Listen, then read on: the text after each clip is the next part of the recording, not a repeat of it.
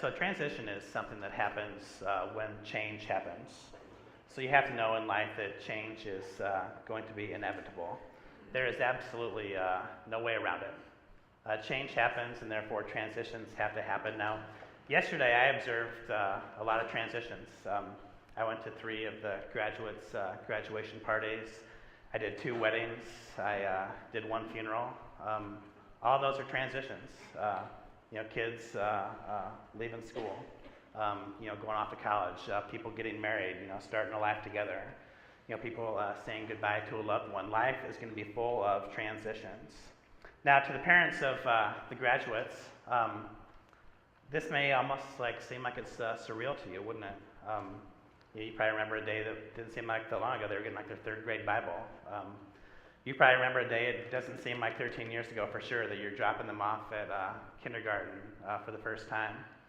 Maybe there's a little bit of a tear that came down your eye, and perhaps similar tears are going to come down the same eyes when they walk across that stage for most of you next weekend.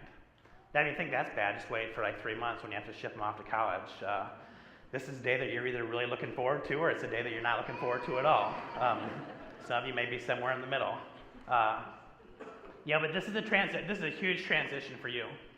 For some, this may be the first that goes off to college.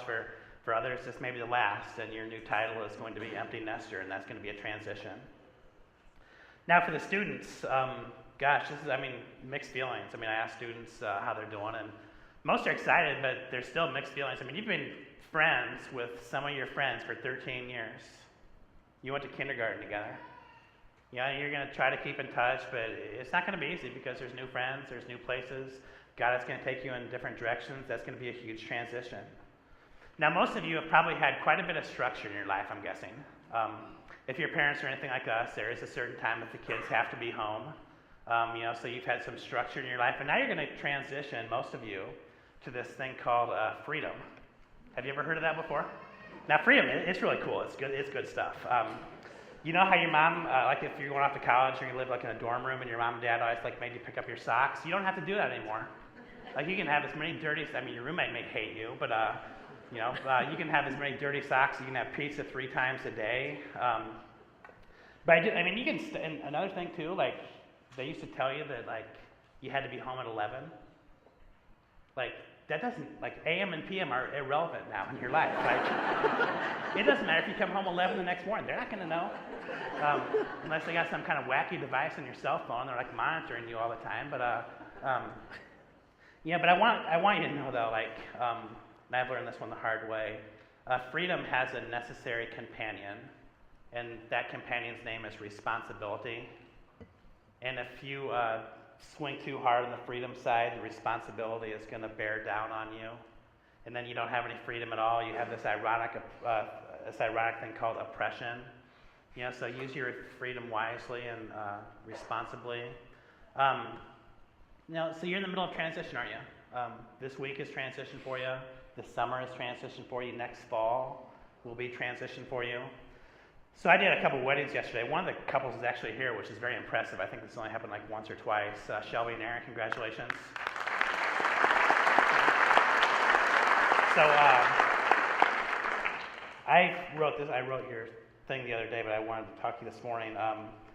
You got some transitions coming up. I didn't talk about that yesterday, but this whole idea of sharing toilet paper and all that sort of stuff, and I have cleaning up the bathroom and covers. Covers may be the end of your relationship. You got to transition wisely on this thing. But here's the deal. We are all in transition. Whether it's the big parties that I may have experienced yesterday, but that's not really what most transitions are like. Transition is basically our reaction to change. Now, here's what I was thinking about. It's I see people in transition all the time. I see the exact same events happen to similar people. And how they transition is what makes all the difference. I see some people that, face something, and they persevere, they achieve, they overcome, and they emerge as stronger people. And I see some things that happen to similar people, and we just can't make the transition. We let this defeat us, and we let this define us. Now, your transition, it may be something like all of a sudden, like you realize one day you're getting older and you don't feel as well as you used to feel. Or maybe you get a phone call from the doctor and like you have this transition that your health isn't as good as it once was. So what are you going to do about it? You got a friendship that could end. You could have a relationship that starts. You could have a job that ends. You could get a promotion. You could move into a new house. You could have your next door neighbor move away and you don't like that one bit. So there's this period of time called a transition. Now, in the Bible, we see transitions all over the place.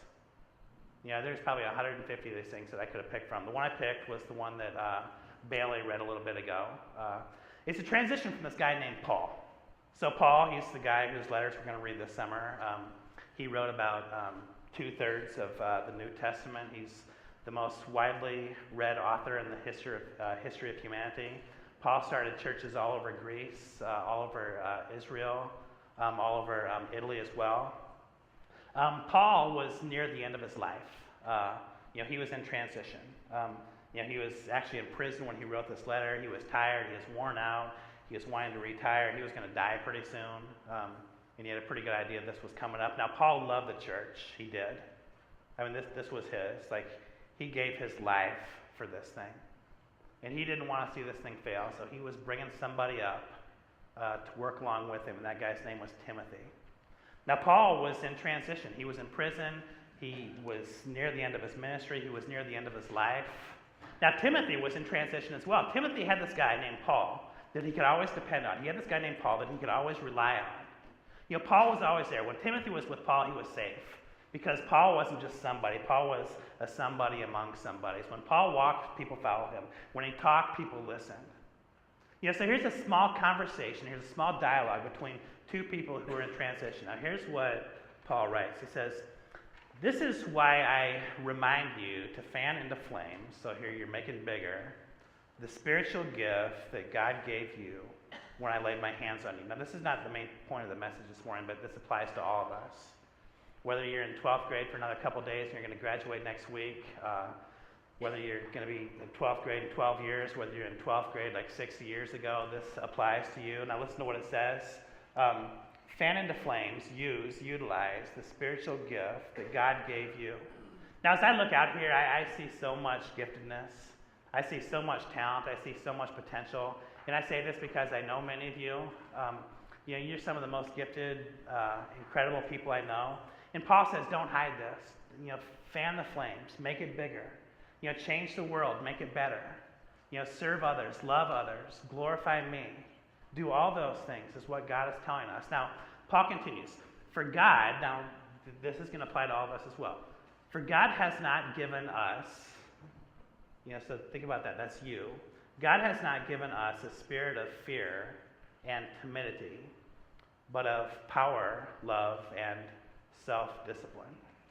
So what we're going to look at this morning, for all of us who are in transition, the seniors in high school, the parents, all the rest of us going through change in life, is we're going to look at what it means to go through a biblical transition.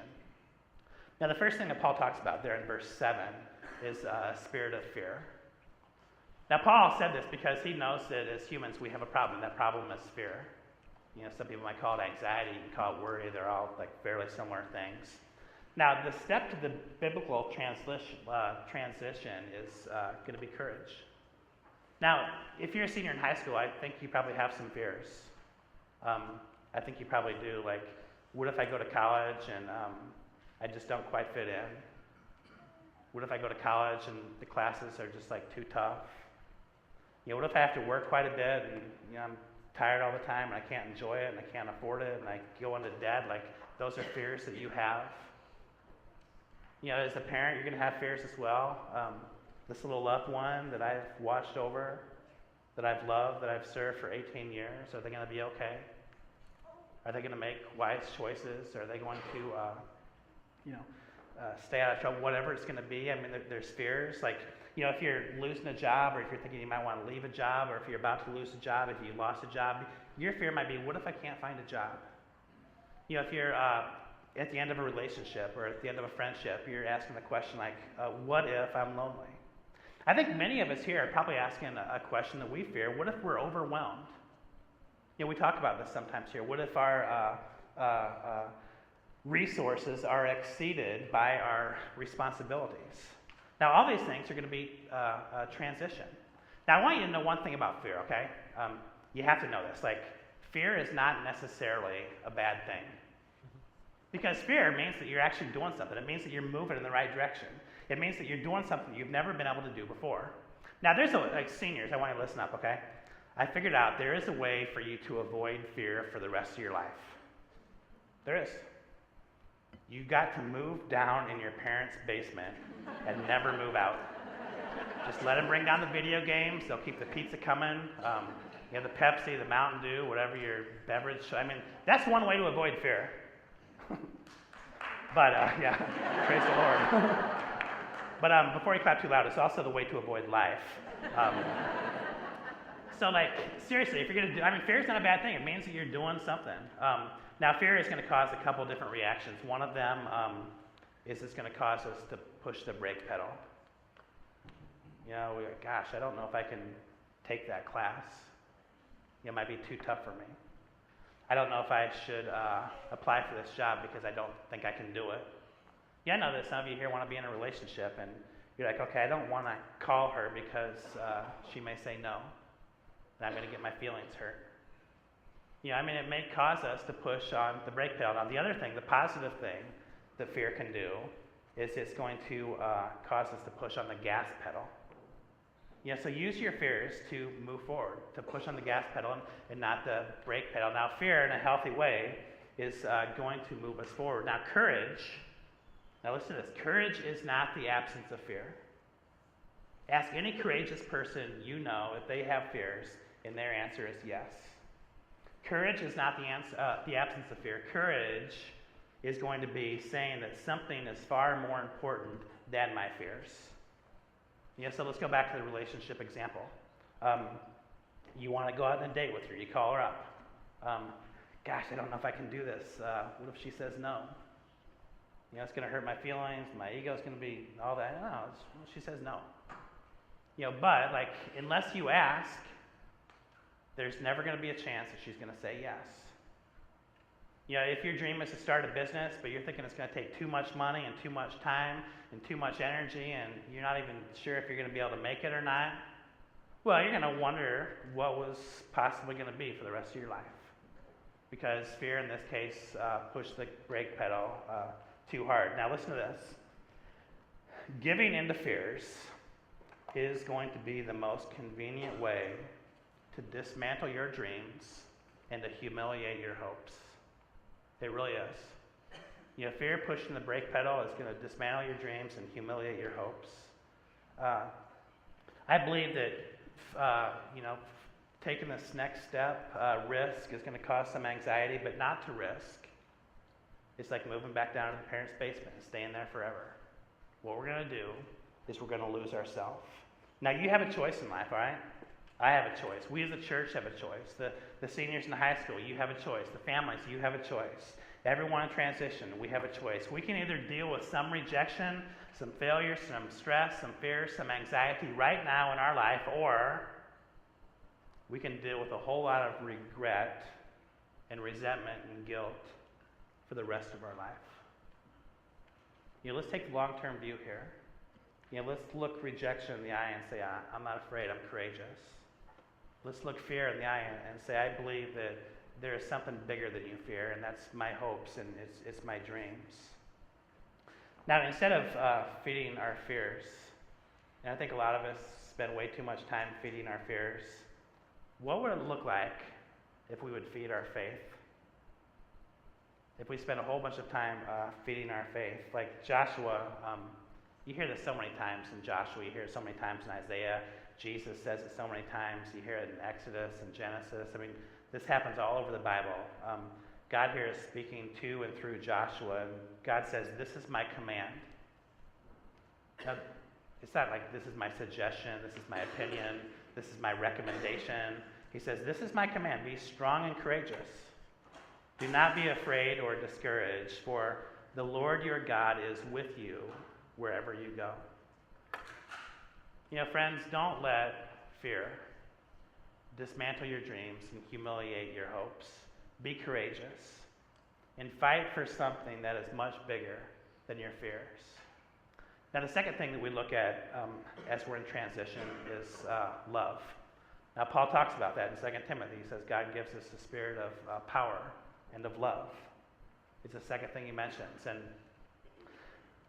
just think about this. Like, I want to go to the seniors in high school and the families and everyone else you can overhear because you're probably in some type of transition as well. What would it look like if, the next 2 or 3 months of your life were just totally bathed in love? Wouldn't that be really cool? Like, you just ended this season of your life just loving each other. You listen to understand. You intentionally just spend time together, doing nothing, doing something you like, just hanging out. You dream about the future. You set up some systems of what your future relationship might look like. Neither of you at this point can imagine the relationship being different than it is now, but it's going to be different. In 3 months, it's going to change. What would it look like if you could just spend this transition just loving and listening to and understanding each other? I think it'd be incredible. Now, love is going to be a gift from God. I want to read 1 Corinthians chapter 13, verse 13. This is one of the verses we're going to read this summer. But for right now, until that completeness, we have 3 things to do. So Paul here is saying this is something you do. We have 3 things to do to lead us toward that consummation. Trust steadily in God, hope unswervingly, and love extravagantly. And the greatest of these, or the best of these, he says here, is love. Now, love is only something that can be accepted. It can't be earned. It's not deserved. It can only be accepted. So as you think about, what would it look like if you were just bathed in love during this transitional process? It starts with God's love. And this is something to be accepted. So what would it look like then if we could actually spend time being loved by God? Now, love is available for everybody. This love that God gives, you could take the biggest sinner in this room and put him or her over there. And you could put the biggest saint and put that person over against that wall, and all the rest of us would be somewhere in the middle. And you know who this is available to? Every single one of us. That person over there gets as much as that person over there, and all of us in the middle, we get the exact same amount. Because God doesn't play favorites. God loves us not because of who we are or what we've done, but because of who he is and what he has done through Jesus Christ. It's a gift. Now, what happens next is once we receive this love, we can give this love. The loved person becomes the loving. The recipient of grace becomes the giver of grace. The forgiven becomes the forgiving. Now, we are created in God's image. God's image is love. John tells us many times that God is love and love is God. Now, we are created in that image. Therefore, we at our best are love. Now, who we are shapes what we do. So God is love, and this shapes what he does. Now, this is who we are at our best, and it can shape what we do then at our best. 1 John chapter 4, verse 19 says, we love each other because he loved us first. Now, as we look at love, we realize that this is a command or a duty. This is not a suggestion or a recommendation. It's something that God wants us to do, and he makes no implication otherwise. So Jesus says in John chapter 13, verse 34, so now I am giving you a new commandment. The new commandment is this: love each other, just as I have loved you. So the bar is set very high here. Just as he has loved us, we should love each other. So let me take a little quiz here. Who here has a kid under 10 years old? Just real quick show of hands. Now, does your kid like vegetables? Anybody? Okay, I'm glad I'm not the only weird person here. My 8-year-old does not like vegetables. Now, why as a parent would I make the 8-year-old eat vegetables? Seriously, it's not a rhetorical question. So why would I do that? Okay, it's healthy, it's good for him. I want him to develop nutritional habits. So, am I this really bad parent because I make David eat his green beans before he gets up from the table? I can't hear. What did you say? Okay, so you're saying that I'm a good dad. Good, I'm grateful for that. Now, the reason I want David to eat his vegetables is because I love him. I want him to grow. I mean, he wants to be like a professional, was a football player, he's a lacrosse player. I don't even know if they have professional lacrosse players, but he wants to be a professional lacrosse player, and he has to eat his vegetables so he can grow. I want him to eat his vegetables because I love him. Now here, God says, I'm giving you this new commandment, that you should love each other as I've loved you. Now the reason why is because God knows that this is what is best for us. I just think about this little prayer from St. Francis. Lord, grant that I might not so much seek to be loved as to love. You know, so think about this, like in your transition. You know, what if like, you know, for all you seniors who are graduating, you might have a couple days of school left and the big graduation thing next weekend. What if during this transition you just loved? You know, maybe someone did something mean to you a couple years ago, and what if you said, you know, I'm just not going to let it end this way. I'm going to be kind. I'm going to be courteous. I'm going to show them what God has shown me. Wouldn't that be really cool? Wouldn't it be really cool when you go off to college next fall that you just try to look at your new friends, your new brothers and sisters, your classmates in the same way that God looks at them? Say, you know, I'm here to serve. I'm here to listen. I'm here to build some community. I'm here to make this college a better place. Wouldn't that be really cool? That'd be awesome stuff. And you can apply that to your job. You can apply that to your family. Any of us can apply this to any area of our life. There is never a wrong time to love. Now, the last thing we're going to look at is faith. So faith is, Hebrews says, we'll read this one this summer as well. Faith is the confidence for what we hope for, and the assurance what we do not see. You know, so faith basically is like kind of driving like down a foggy road with some headlights. And you might be only to see like, you know, 20 or 30 yards down that road, but you're still willing to travel 50 or 60 miles an hour because you believe that the road continues. You know, so then faith becomes like taking this next step, even though we can't see the destination. Faith is going where we can't see the final destination. Now, let me just give you an example. This happened in World War II. It was in France during the terrible days of the German Blitz into France. Now, there's a family whose neighborhood was under attack with the bombings, and this dad knew that there was a shelter underneath the house.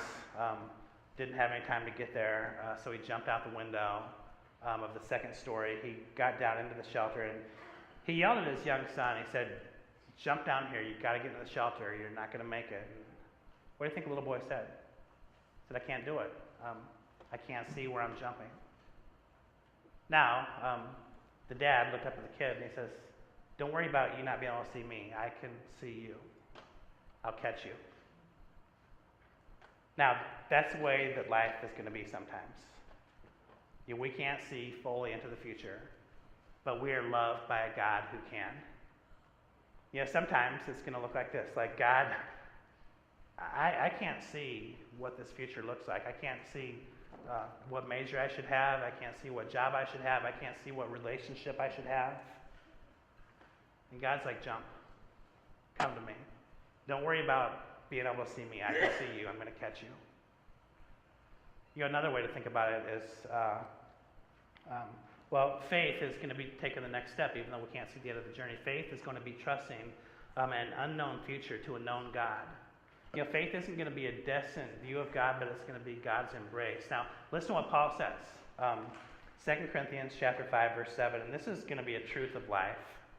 You know, I don't care if you're 18 years old and you're graduating. I don't care if you're 78 years old and you got grandkids graduating. This is the truth of life. In life, we're going to walk by faith and not by sight. If you only walk by the things that you can see, your life is going to be severely limited, and you're not going to live up to the potential that God has for you. There are some things that we have to do by faith and not by sight. Let me give you an example. I don't think the Omaha Zoo has one of these, but if you go to some major zoos, you're going to see that they'll have an animal like in a small cage. The animal's name is impala. So this is similar. It's a very athletic animal. It's a very large animal. They can run at speeds of 35 to 40 miles an hour for sustained periods of time. They can jump over 40 feet from one point to the next, and they can jump over 10 feet in the air. Now, you know what's really interesting about the impala? If you go to one of these zoos that has one, the only thing that the zoo has to do to keep the impala in the cage is have a 4-foot wall. Because the impala is going to be afraid to jump on the other side where it cannot see. Now this impala could jump over this wall by 6 feet. You could clear it by that far, but it won't do it because it's not tall enough to see what's on the other side. For seniors, for parents, anybody else in transition, I think that too many of us are in a cage right now with a 4-foot fence that we could easily clear, but we're unwilling to because we can't see what is on the other side. I want you to remember that even though we can't see, God is saying, come, jump to me, because I can see you. Sometimes in life we have to walk by faith and not by sight. Faith is the ability to trust what we cannot see. Faith is going to be more than just belief. It is going to be the courageous action that is based upon belief. Unlike anything else, faith is going to open up doors of hope and love and life.